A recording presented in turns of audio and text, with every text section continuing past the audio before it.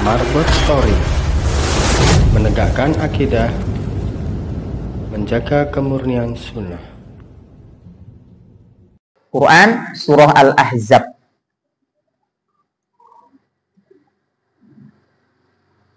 ayat yang ke-21. Allah Subhanahu wa taala berfirman, A'udzubillahi minasyaitonirrajim. Laqad kana lakum fi Rasulillahi uswatun hasanah liman kana yarjullaha wal yawmal akhir wa dzakarallaha katsira. Sungguh telah ada pada diri Rasulullah itu suri tauladan yang baik bagi kalian, yaitu bagi orang-orang yang mengharapkan rahmat Allah dan kedatangan hari kiamat, serta bagi orang-orang yang banyak mengingat Allah Subhanahu wa ta'ala.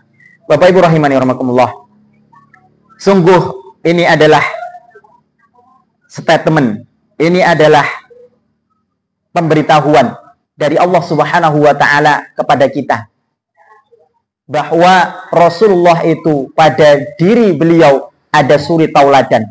Dan suri tauladan ini bisa ditauladani hanya bagi orang-orang yang beriman, hanya bagi orang-orang yang mengharapkan yarjullah, berjumpa dengan Allah, wal yaumal akhir, dan berjumpa dengan hari akhir, dan bagi orang-orang yang banyak menyebut Allah Subhanahu wa ta'ala. Artinya bagi orang yang tidak beriman, bagaimana mungkin kemudian ia akan meneladani Rasulullah? Lah dia saja tidak beriman kepada akhirat, dia tidak beriman kepada Allah, dan juga dia tidak beriman kepada Rasul itu sendiri. Maka suri tauladan yang bisa diambil dari Rasulullah itu adalah bagi orang-orang yang percaya kepada Allah, percaya kepada akhirat, dan beriman serta sering menyebut Allah Subhanahu wa ta'ala.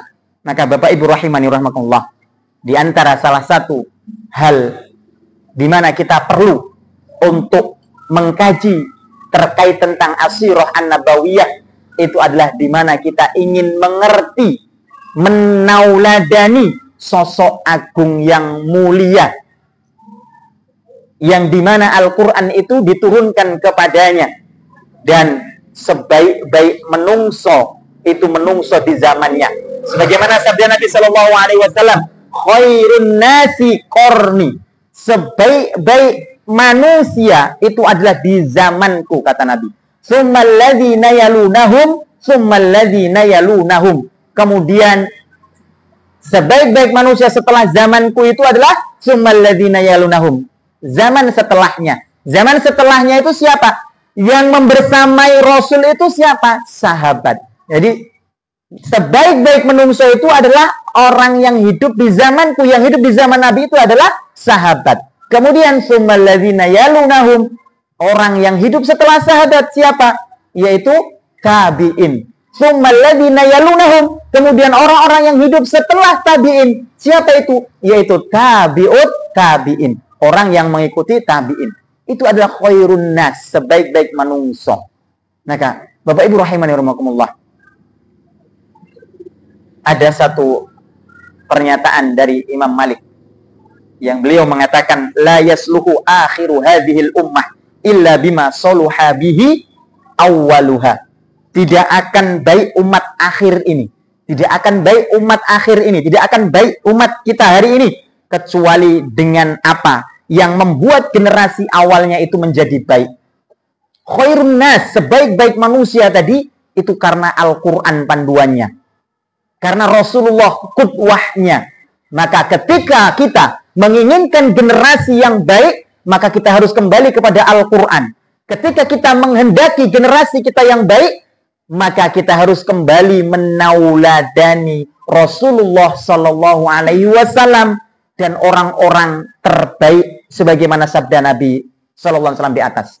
Maka penting bagi kita kemudian mengetahui sirah Nabi, perjalanan kehidupan Nabi, juga mengetahui sirah sahabat, mengetahui perjalanan kehidupan sahabat dan kehidupan para tabi'in serta tabi'ut tabi'in yang mereka itu disebut dilegitimasi oleh Allah melalui lisan Rasulnya sebagai khairun nas, sebagai sebaik-baik manusia. Maka kita mengkiblatkan diri kita ke sana. agar umat hari ini, agar umat akhir zaman ini baik, maka mengikuti bagaimana umat zaman dahulu menjadi baik, yaitu dengan Al-Quran dan menauladani Rasulullah SAW. Maka kajian terkait tentang As-Sirah An-Nabawiyah maupun sejarah sahabat kiranya hal yang sangat penting untuk kita kaji. Maka mudah-mudahan kita senantiasa mengistiqomahkan Bapak Ibu sekalian di pengajian-pengajian kita, baik itu pengajian yang bertemakan As-Sirah An-Nabawiyah maupun pengajian yang bertemakan yang lainnya di masjid yang kita cintai ini, sebagai bukti keimanan kita, keyakinan dan kepercayaan kita kepada Allah dan Rasul-Nya, keyakinan dan kepercayaan kita bahwa kita akan berjumpa kepada Allah atau berjumpa kepada Allah dan mempertanggungjawabkan segala amal kita. Sebagai bentuk keyakinan tadi, maka kemudian kita beramal di dunia ini, dan amal kita landaskan atas niat mengharap ridha Allah Subhanahu wa taala. Bapak Ibu rahimani rahimakumullah, kita lanjutkan. Kemarin kita sudah sampai di ad-daurus tsani, di periode yang kedua min hayati Rasulullah sallallahu alaihi wasallam, dari kehidupan Nabi sallallahu alaihi wasallam. Kita sudah sampai di bad'un nuzulil wahyi, yaitu awal mula turunnya wahyu, kemudian halatul arabi qoblal islami. Tadi saya melihat, saya hampir lupa tadi, kemudian saya melihat ser-serannya takmir kita, maka saya ingat, oh kita sampai di halatu al arabi qoblal islami. Maka ternyata membantu sekali untuk kita mengingat-ingat. Terima kasih Pak Sabtono. Mudah-mudahan Allah Subhanahu wa taala mengganjar dengan kebaikan di dunia dan di akhirat. Nah, kemarin Bapak Ibu sekalian kita sampai di halatul arabi qoblal islam, keadaan bangsa Arab sebelum Islam. Nah, Bapak Ibu sekalian, ada hal yang perlu kita sampaikan di sini di Khulasah Nurul Yakin ini, bab terkait keadaan bangsa Arab sebelum Islam itu diceritakan di periode kedua. Di periode kedua ini, beliau Syekh Umar Abdul Jabbar baru menceritakan, memaparkan kondisi kahanan bangsa Arab dan sekitarnya sebelum Islam datang. Tetapi ketika kita membuka Syekh Safiur Rahman Al-Mubarakfuri di kitabnya Ar-Rahiqul Maktum ini, di sini beliau itu memaparkan kondisi bangsa Arab, letak geografis bangsa Arab itu di awal. Itu di awal pembahasan, sebelum membahas kelahiran Nabi dan sebagainya, Syekh Safiur Rahman Al-Mubarakfuri membahas terkait letak di mana Rasulullah itu dilahirkan, yaitu di Mekah. Maka dibahas Mekah itu, baik letak geografisnya, lintang barat, lintang selatannya, maupun keadaan bangsa sebelum Rasul diutus atau di mana Rasul dilahirkan, yaitu di Mekah. Nah, di sini kita mendapati di kitabnya Khulasah Nurul Yakin ditempatkan di periode yang kedua setelah bad'un nuzulil wahyi, setelah masa atau awal turunnya wahyu. Baik, Bapak Ibu rahimani rahimakumullah, qala al-muallifu rahimahullahu taala, berkata sang penulis yaitu Syekh Umar Abdul Jabbar yang meringkas kitab Nurul Yakin tadi dari Syekh Muhammad Khudharil Bik. Naskah aslinya atau buku aslinya dari Nurul Yakin itu adalah karya Muhammad Khudharil Bik, lalu diringkas menjadi Khulasah Nurul Yakin oleh Syekh Umar Abdul Jabbar. Berkata sang penulis, halatul arabi qoblal islam, keadaan bangsa Arab sebelum Islam. Yang pertama, bagaimana kondisi bangsa Arab di mana Rasulullah itu dilahirkan? Yang pertama, kanal arabu qoblal islami musyrikin ya'budunal asnam wa yuqaddisunaha. Kemarin kita sudah sampai di 1 dan 2. Namun agar mengingat kembali, kita akan menyampaikan dari awal, dari 1 ini. Kemarin kita sudah sampai nomor 2. Kanal arabu adalah dahulu al-arab, bangsa Arab itu qoblal islami, sebelum kedatangan Islam. Apa mereka? Mereka itu adalah musyrikin, orang-orang musyrik, orang-orang penyembah atau menyekutukan Allah Subhanahu wa taala. Ya'budunal asnam wa yuqaddisunaha. Mereka itu adalah orang-orang yang menyembah asnam, arca-arca, berhala-berhala, patung-patung. Wa yuqaddisunaha, dan mereka itu mensucikan, memuliakan, menghormati sampai penghormatannya tadi pada penyembahan. Nah, Bapak Ibu rahimani rahimakumullah, apakah kemudian memang seperti ini bangsa Arab sebelum Islam? Sebelumnya Bapak Ibu sekalian, kalau kemudian kita tarik ratusan tahun silam, di mana kakek buyutnya bangsa Arab itu siapa? Kembali ke nasab awal Nabi Muhammad. Kakeknya Nabi Muhammad itu siapa? Ismail. Ismail itu apakah penyembah berhala? Tidak kan? Nah, dulu di eranya Nabiullah Ismail ke sini, sebelum kemudian di sini diceritakan masyarakat Arab itu menyembah berhala, mereka itu adalah memiliki agama yang lurus, yaitu agama Nabi Ibrahim. Apa agamanya Nabi Ibrahim? Milah Ibrahim itu apa? Ya mentauhidkan Allah. Agama Hanif, agama yang lurus. Lalu kemudian kok bisa bangsa Arab kemudian menjadi penyembah berhala? Kapan itu mulainya? Nah, Bapak Ibu rahimankumullah, bangsa Arab menjadi penyembah berhala. Di sini dikisahkan di halaman nomor 28, Pak Sabtono. Di kitabnya Syekh Safi Rahman Al-Mubarakfuri, adalah ketika bangsa Arab itu mempunyai seorang yang mulia, seorang yang memiliki nasab mulia, seorang yang mempunyai akhlak baik, suka membantu, memuliakan tamu. Namanya Amru bin Luhai. Dari suku apa? Dari suku Khuza'ah. Nah, inilah yang kemudian pertama kali yang membawa patung bernama Hubal. Jadi Amru bin Luhai itu adalah seorang yang terpandang dari suku Khuza'ah. Dia itu mencari kebenaran. Datanglah ia ke Syam. Yang Syam itu sudah terkenal dari dulu bahwa Syam itu adalah negerinya para nabi dan rasul. Nah, di negeri Syam, Amru bin Luhai itu mendapati bahwa di sana orang-orang Syam yang para nabi dan rasul itu lahir atau banyak lahir di sana dan wafat di sana itu, kok banyak yang menyembah atau para penyembah berhala-berhala tadi, asnam. Maka jiwanya tadi, ini yang terbaik mungkin ini ya. Akhirnya apa? Kepencut Amru bin Luhai tadi. Akhirnya kemudian apa? Dia membeli patung. Pertama kali patung yang dia bawa dari Syam, kemudian dia letakkan di dalam Ka'bah yang bernama Hubal. Itulah yang pertama kali patung atau arca atau berhala tadi mula pertama masuk ke Mekah. Diletakkan di dalam Ka'bah. Oleh siapa? Amru bin Luhai. Lalu setelah itu ngimpor lagi atau membuat lagi, maka kemudian terkenal. Terkenal berhala-berhala yang besar setelah atau selain Hubal, seperti Manat. Kemudian apa? Lata dan Uzza. Patung-patung atau berhala-berhala yang terkenal. Yang itu ternyata diletakkan di tempat-tempat yang berbeda. Hubal di dalam Ka'bah. Lalu kemudian patung terbesar namanya Manat itu diletakkan di daerah yang bernama Musallal. Di sebuah kawasan di tepi Laut Merah. Manat. Jadi untuk menjaga Laut Merah gitu ya.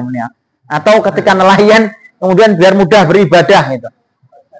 Nah, diletakkan di tepi Laut Merah, Manat. Lalu kemudian yang namanya patung atau berhala Lata itu ditempatkan di Taif. Di Taif nanti kita dapati nanti di mana Rasulullah itu berdakwah di sana lalu diusir, dilempari batu. Itu Taif. Daerah yang sejuk. Daerah yang sangat sejuk. Mungkin ayahanda kemarin berkunjung ke Taif. Ya ayahanda. Nah, Taif itu diletakkan Lata. Lalu kemudian Uzza itu diletakkan di Wadi Nakhlah. Ketiganya itu merupakan berhala yang paling besar. Ini catatan Syekh Safi Rahman Al-Mubarakfuri. Lalu setelah itu ternyata dalam catatannya atau dalam kisahnya Syekh Safi Rahman mencatat ini, ternyata Amru bin Luhai itu punya kodam. Apa itu kodam ayah anda?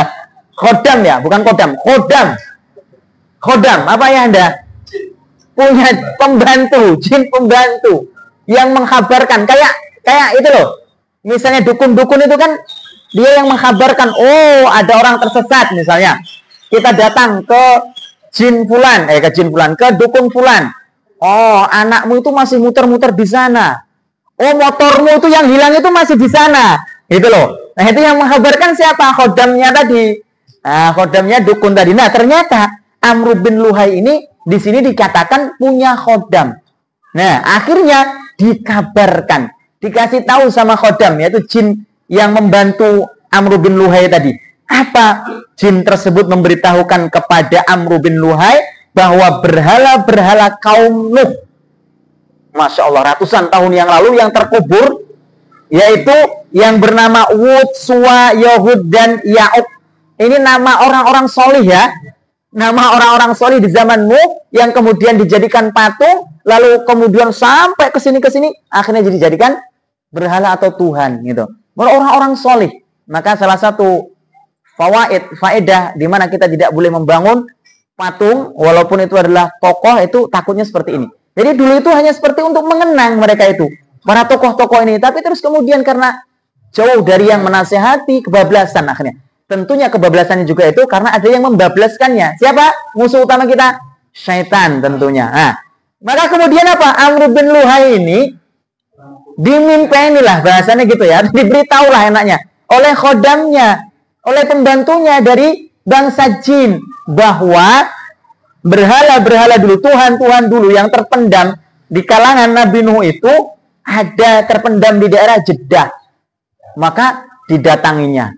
Lalu kemudian digalinya. Maka dia datang ke sana dan menelusuri jejaknya. Lalu membawanya ke Tihamah. Nah, tadi berhala-berhala tadi dibawa.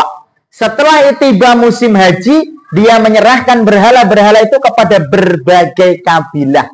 Jadi musim haji itu dijadikan sarana untuk menyebarkan dakwah tadi. Kan musim haji itu kan memang sudah dari dulu ya, Mekah itu menjadi pusat gitu ya.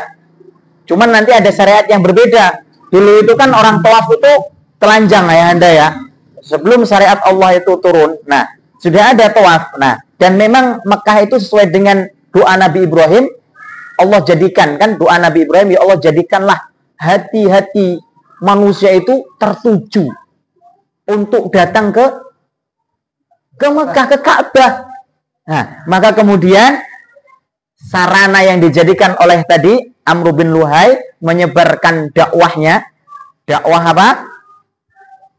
Dakwah berhala tadi di musim haji. Sehingga patung-patung tadi diberikan kepada kabilah-kabilah. Jadi masing-masing kabilah itu diberi patung. Nah, didakwahi. Nah, sampailah kemudian menyebar di sekitar Ka'bah sampai kemudian di Hijaz.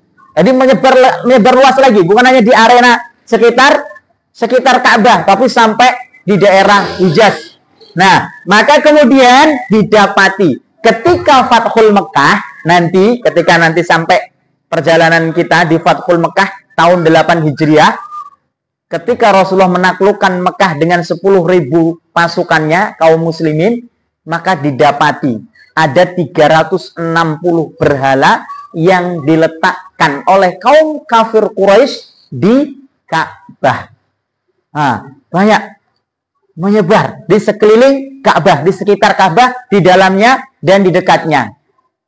Masya Allah. Itu awal mula di mana kanal Arabu qabla al-Islami musyrikin ya'budunal asnam wa yuqaddisunaha.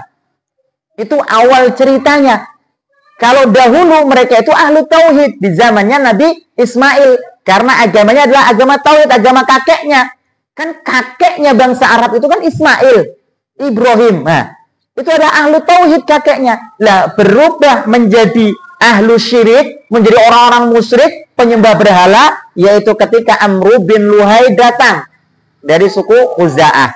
Kemudian yang kedua, wa kanu yaqtuluna auladahum khaufan minal ju'i wal faqri. Ternyata kondisi bangsa Arab selain penyembah berhala seperti tadi, ternyata mereka itu juga yaqtuluna auladahum. Mereka itu membunuh anak-anak mereka. Di sini dikatakan kenapa mereka itu membunuh anak-anak mereka?